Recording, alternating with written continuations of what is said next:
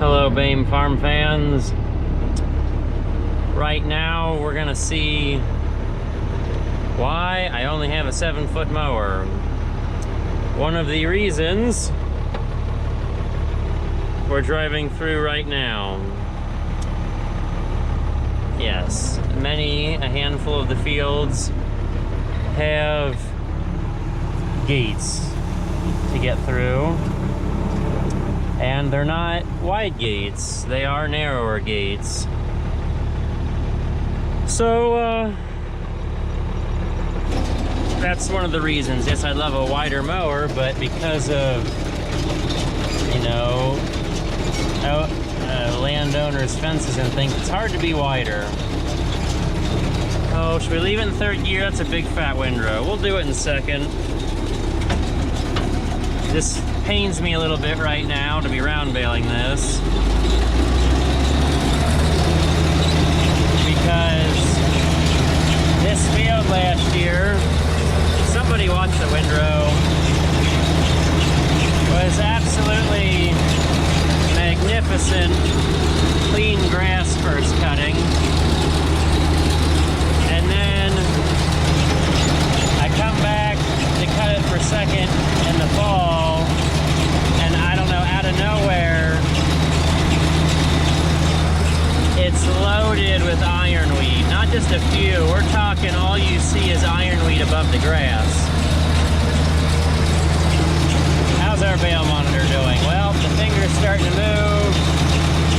I checked to make sure the net wrap was in the proper place. That sometimes the net wrap blows around in the front of the baler, and it'll make it so it'll end up wrapping itself on its little feeder rolls.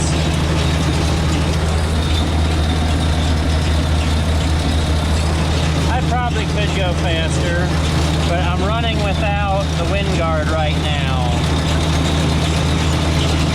Now, without seeing the baler with it, you may not notice that it's missing, but it goes over the pickup to kind of keep the hay down. And I'm running without it because it's one of the hay casualties so far. I had the net wrap up in itself, and then I was laying on the wind guard, using it as a mattress, which I guess it's not designed for, to hold myself while I cut the net wrap loose. And that's when the trouble began, is when I laid on it. Actually, it was pretty good for about the first 10 minutes. Oh boy, it's time to string. There we go. Let's watch the bale for our net. Ah, we see it. By the time we see it come around, it's time to flip the switch over here. That lever on the front, our mechanical monitor, says we've cut, and man, that bale dropped like a brick. Didn't roll very far, that's for sure.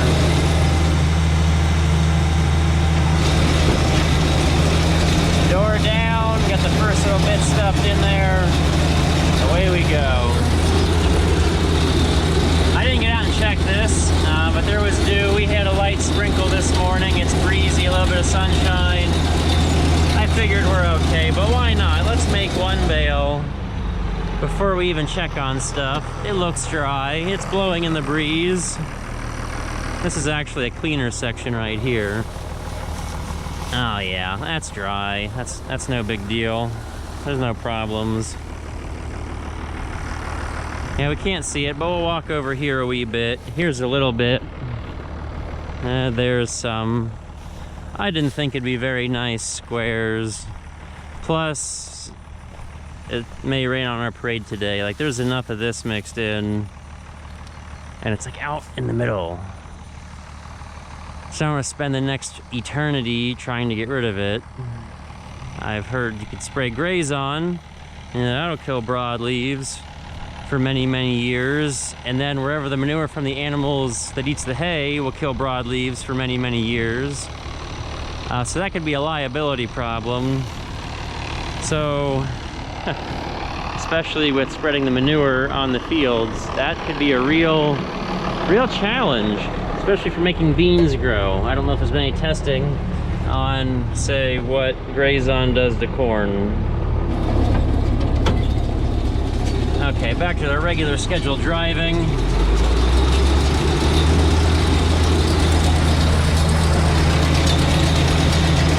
This is the last of the fields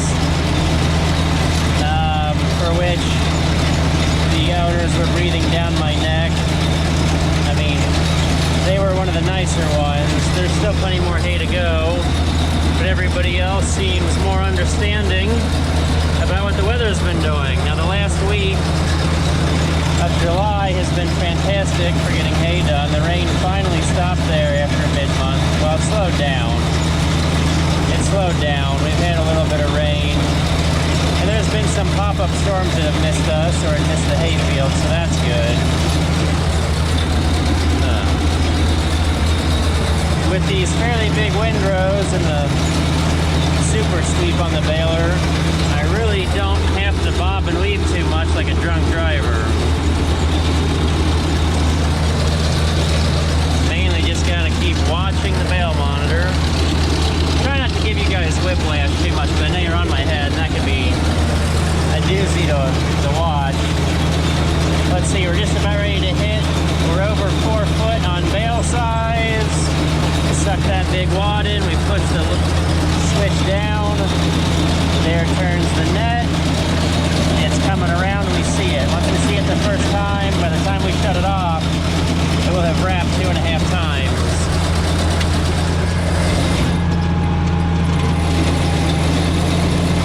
Bale number 2. Theoretically, we're about 1/10 of the way done. There might be more hay out here than I expect.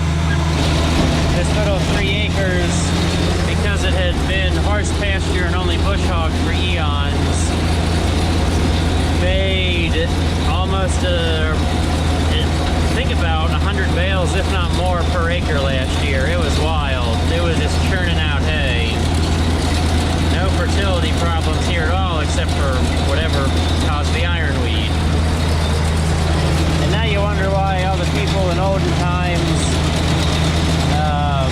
believed in spontaneous generation. That mostly was in relation to the fact that their food would mold when they left it sit out.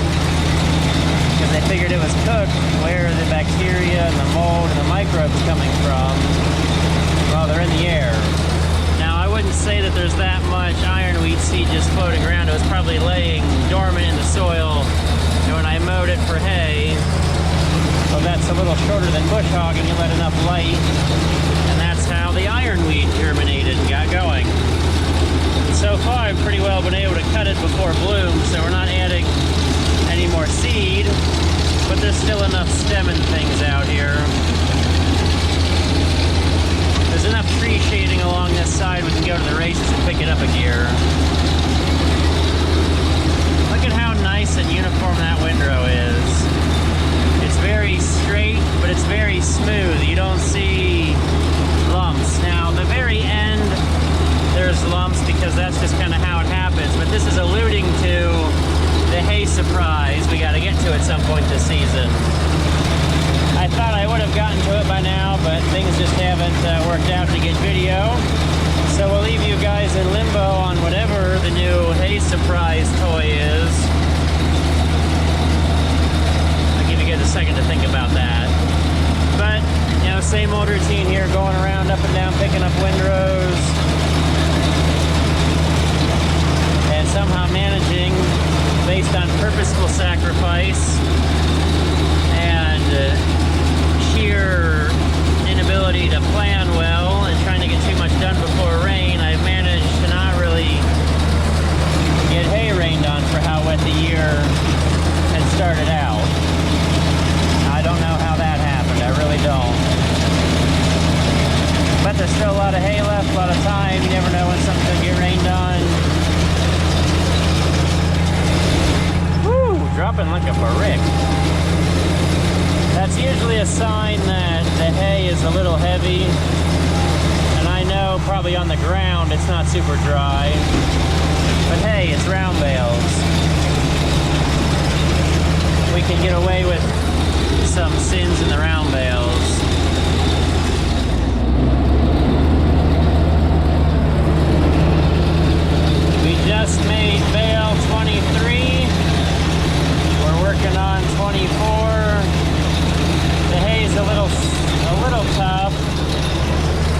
stuffer has to work a little bit to get the bale started.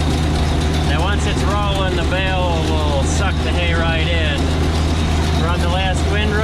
I bumped it up to 3rd gear, which if we read our speedometer, that's 3rd gear. Okay, maybe 3 miles an hour. I guess that doesn't sound fast, but it feels fast. I'd never square bale this fast unless it was super thin. You can kind of see in this windrow more. You see like the darker patches. That's the ironweed. That's the joys of a round bale. You can kind of hide some things a little bit. You don't see it so much. A square bale will stick out and poke you. The round bale, well, there's a lot of grass and everything else in there to cover it up. Ooh, that one came out like a brick. Jeez. This windrow is definitely must be a little tougher then. We did pretty good without the wind guard, didn't have any troubles. As long as I took my time.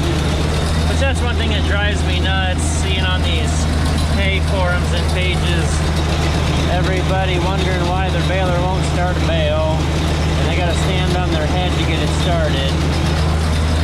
I guess I got a small taste of that today.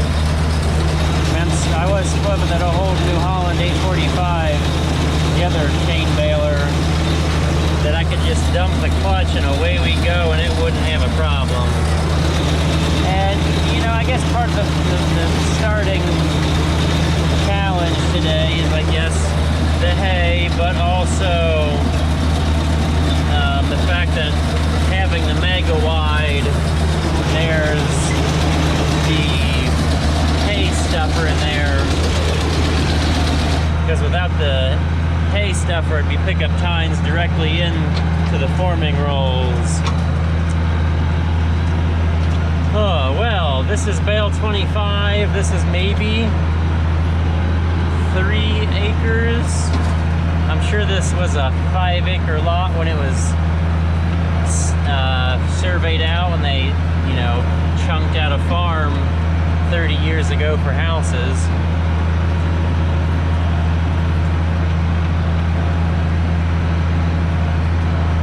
Makes pretty even bales. I like it.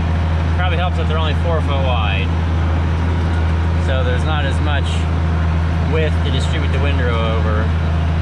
Well, I guess we can go ahead and crank up the pickup. The bale is a full bale, but if I bring it home, we can feed it to the cows. And I hate taking a full bale home, but that one bale could be all the difference between needing to come back for one more trip or squeezing them all on there like a champ.